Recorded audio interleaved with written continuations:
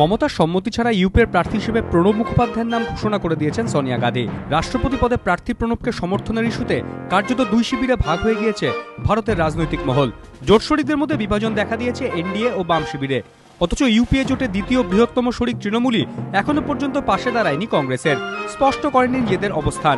প্রণবের বিপক্ষ শিবিরেই জমা পড়বে তৃণমূল সাংসদদের ভোট, নাকি ভোটদানে বিরত থাকবেন তারা, স্পষ্ট নয় তাও। এই পরিস্থিতিতে একই সঙ্গে মনমোহন ও প্রণবের আশা মমতা আর তার দলের সমর্থন থাকবে ইউপিএ প্রার্থীর পক্ষেই। শনিবার রাতে G20 বৈঠক সেরে দেশে ফেরার পথে মনমোহন সিংহ আশা প্রকাশ করেছেন জোটের অন্যতম শরিক হিসেবে তৃণমূলের সমর্থন তাদের সঙ্গে থাকবে। As far as the Trinamool Congress is concerned, Trinamool Congress is still part of the UPA, and I still have not given hope that Trinamool Congress would also find its way to support the candidature of Shri Pranab Mukherjee. এদিকে জাতীয় রাজনীতির ডামাডোলের মাঝে শুক্রবার শহরে আসেন প্রণব মুখোপাধ্যায়। তৈরি হয় জল্পনা, তাহলে কি মমতার সঙ্গে দেখা করবেন ইউপিএর রাষ্ট্রপতি পদপ্রার্থী?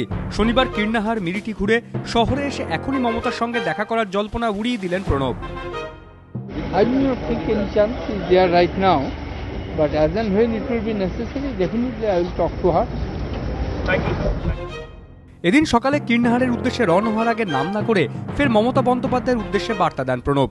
বলেন, ইউপিএর একটিমাত্র শরিক এখনো সমর্থন করেনি, তাদের কাছে অনুরোধ ইউপিএ প্রার্থীকে ভোট দিন। আমার প্রার্থনা, যারা এখনো সিদ্ধান্ত নেননি, যারা সিদ্ধান্ত নিয়েছেন তারা তাদের দলের সিদ্ধান্ত অনুযায়ী ভোট দেবেন। যারা সিদ্ধান্ত নেননি তাদের কাছে আমার অনুরোধ, তারা ইউপিএর প্রার্থীকে সমর্থন করবে। এদিন মিরিটিতে গিয়ে প্রণব মুখোপাধ্যায় ঘোষণা করেন 26 তারিখ কেন্দ্রীয় অর্থমন্ত্রীর পদ থেকে ইস্তফা দেবেন। তারপর দেশ জুড়ে প্রচারে বের হবেন।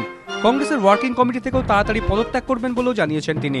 প্রণবের কথায়, রাষ্ট্রপতি পদে নির্বাচিত হলে তার 4 দশকের দলীয় রাজনীতির এক অধ্যায় শেষ হবে। এবিপি আনন্দ।